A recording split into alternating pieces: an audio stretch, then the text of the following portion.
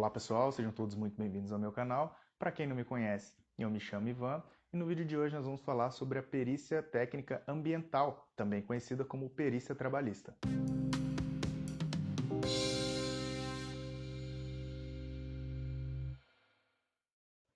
Então, pessoal, a perícia técnica ambiental, também conhecida aqui como perícia trabalhista, é uma perícia que ocorre no âmbito da Justiça do Trabalho e ela é realizada por um profissional especializado, devidamente habilitado e nomeado pelo Juízo do Trabalho para realizar aquela perícia, e ela geralmente examina um ambiente de uma empresa, um setor ou até mesmo uma empresa inteira para verificar se naquela empresa, se naquele local de trabalho existe algum agente nocivo à saúde dos trabalhadores que desempenham suas funções naquela empresa. Ela verifica também, caso tenha esses agentes nocivos, qual é o grau e quais são os EPIs necessários para se utilizar naquela empresa. EPI, lembrando, são os equipamentos de proteção individual, né, que eles visam neutralizar esses agentes nocivos ou pelo menos minimizar os efeitos que eles causam à saúde do trabalhador.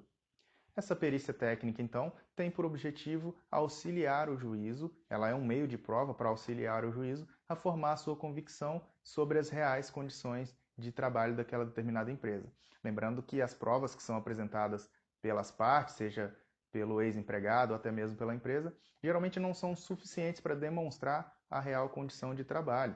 Então, o perito é nomeado pelo juízo para ir até a empresa e examinar a condição de trabalho daquele determinado setor ou determinada empresa inteira e apresentar ao juízo se há, naquele caso, a constatação da periculosidade ou da insalubridade. Vamos trazer então a diferença entre periculosidade e insalubridade.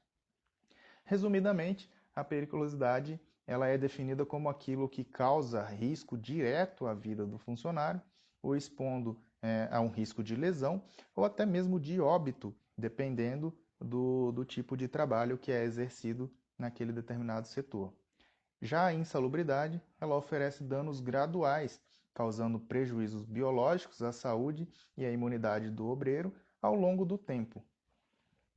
Então, para melhor ilustrar isso que eu acabei de falar, a principal diferença entre periculosidade e insalubridade é que na periculosidade existe um risco de exposição daquele trabalhador a um agente nocivo à sua saúde. Eu traria como exemplo aqui um eletricista que trabalha num painel de alta voltagem e existe sempre um risco dele sofrer um choque elétrico, isso pode causar lesões e até mesmo levá-lo a óbito. Porém, pode ser que não ocorra, pode ser que ele consiga concluir a sua jornada sem sofrer nenhum tipo de choque elétrico e não ser exposto ao agente perigoso.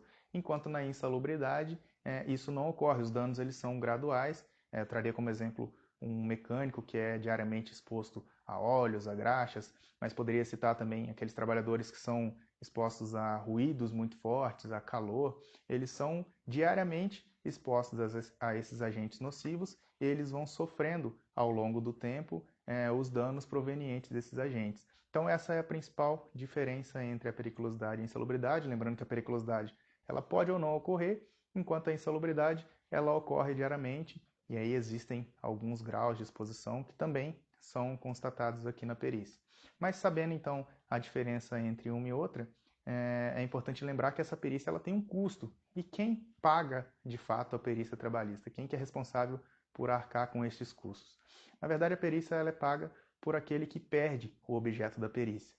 E nesse caso, caso o perito vá até a empresa e constate que há naquele ambiente de trabalho periculosidade ou insalubridade, quem paga é a própria empresa.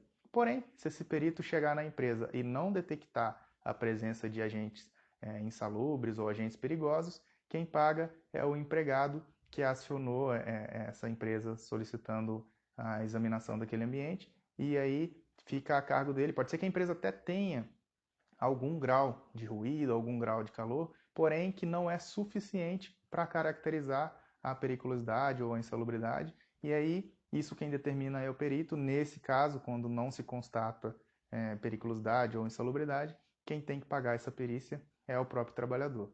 Eu espero que esse vídeo tenha sido útil na sua vida. É um enorme prazer ter vocês aqui comigo e nos vemos nos próximos vídeos. Um forte abraço.